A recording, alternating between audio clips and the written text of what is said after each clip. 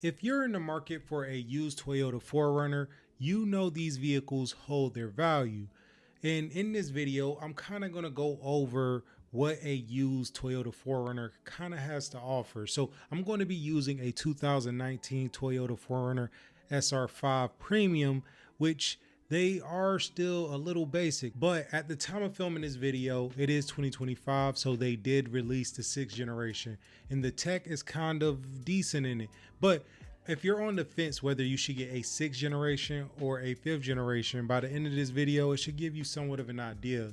So let's get into it. Okay, so right here we have a 2019 Toyota 4Runner SR5 Premium. And I would say a Toyota 4Runner is one of the best vehicles you can invest in if you can afford it, because these vehicles don't depreciate much. And throughout this video, we're going to talk about that.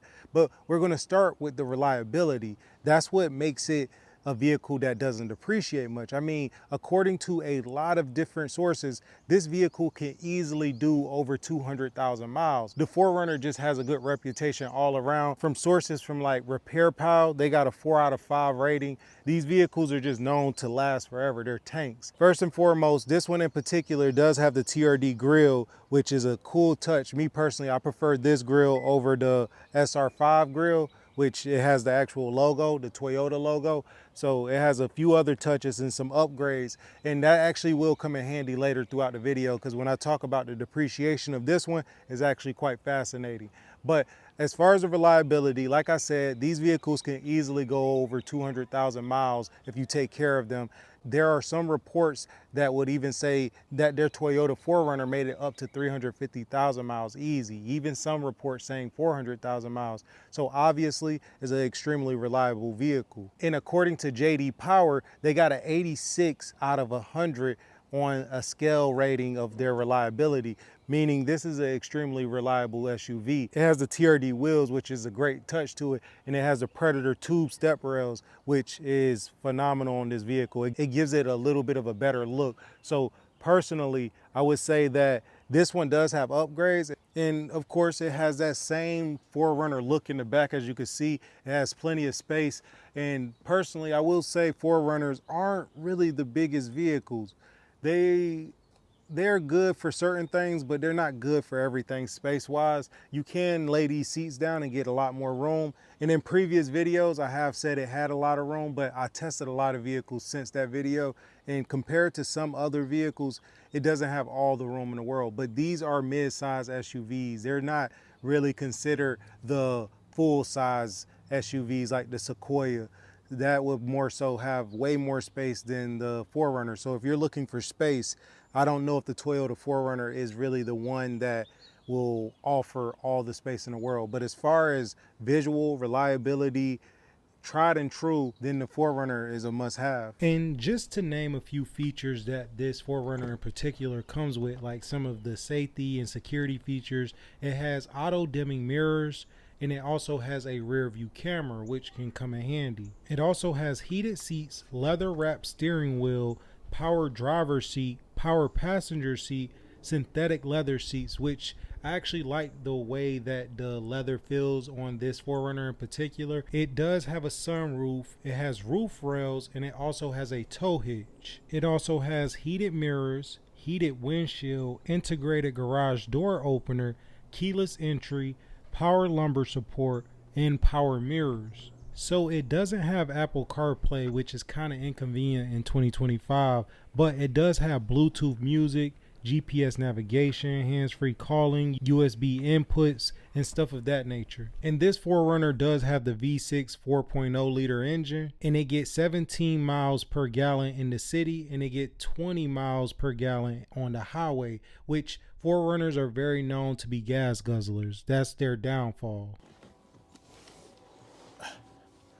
And this Toyota 4Runner has a few different trim levels that I kind of want to go over, starting with the SR5. And at the time of 2019, that had a starting price of $35,310. Then is the SR5 Premium, which started at $37,140. Then you have the TRD Off-Road, which started at $38,485.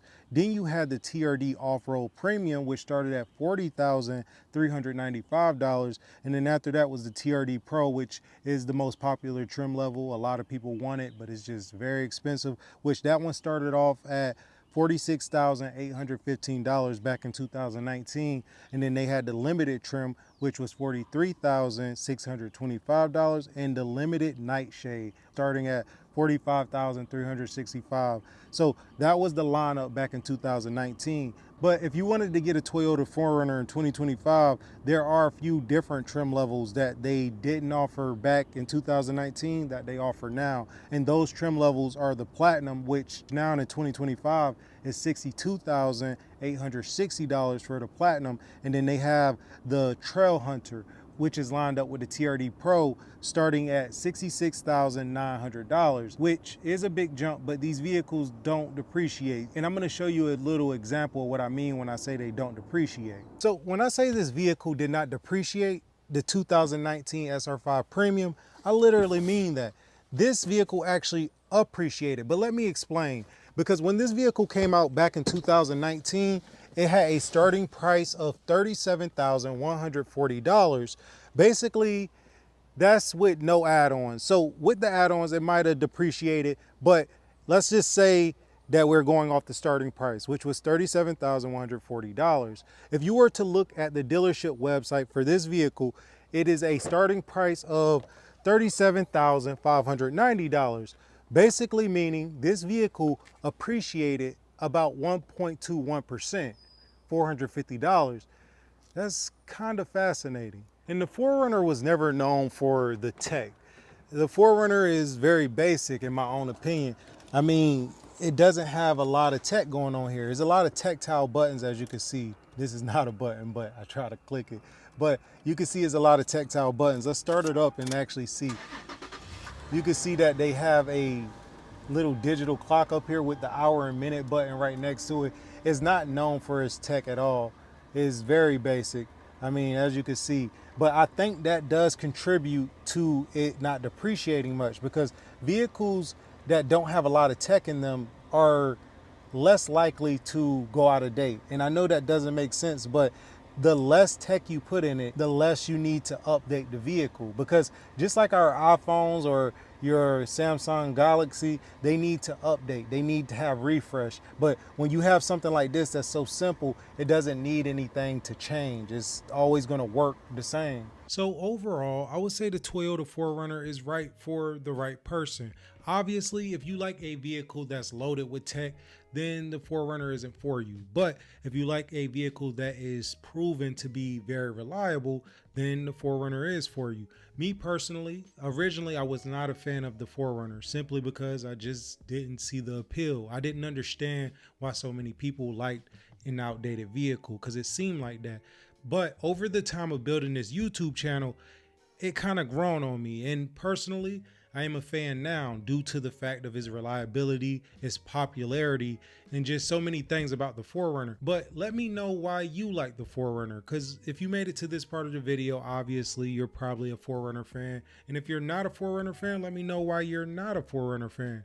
But with that being said, I'll see you on the next one.